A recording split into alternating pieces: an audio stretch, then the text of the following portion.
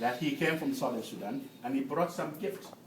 And today, you're looking at the human being made from the image of God that happened to be a gift, knowing that the gift is not a human being. But in Sudan, that is the case. The gift can be a black child in Southern Sudan. By the Arab, is a gift because we are being considered by them not a human being. It was here in the United States where I read an article in New York that you can buy a human being in Sudan for $10. For $10. This is where I could not be silent, because when I got out from the slavery, of course, who want to go and expose himself and tell that I was a slave? Slavery, knowing what this goes with it, it is not something that you identify. Slavery is not a badge of honor where you can identify yourself. Indeed, there are some people, Southern Sudanese, whom I know very well that happen to be enslaved. Up to today, they don't want to embarrass themselves. They don't want to come out and tell their kid that I was a slave. But these are the things that happens. When I got out from the slavery, in which that I'm not going to go into what happened to me, but take a moment and just close your eye and vision yourself that you are in a place where you cannot say no to anything. And all you have to say is yes, and yes to everything. That is what I was. Because at that time when I was being enslaved, I don't know how to say no. All I have to say is yes. To the point that I would be even punished if I am not saying yes so loudly.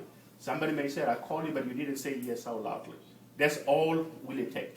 Kids that in my age, they will come for fun and say in Arabic, dug al-abid, which is beat the slave, in which that they will come and gang on me and I cannot defend myself. All I have to do to cry for mercy. But unfortunately, for 3.5 years, there is no mercy.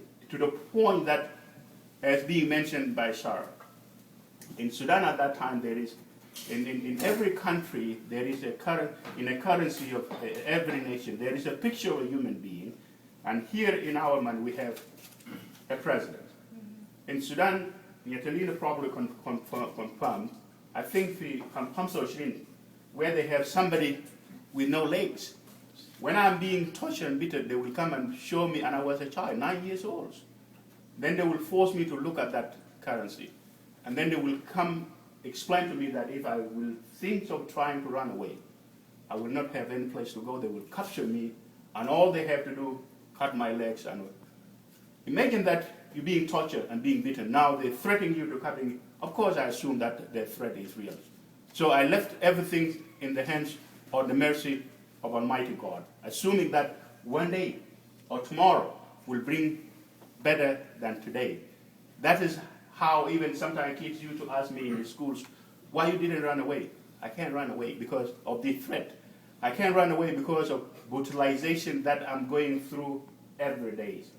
And then when I got out from the slavery, eventually, through others, which is a long story by itself, I make a promise that I will never talk about it. Let only those who got me out from the slavery is the only people who know.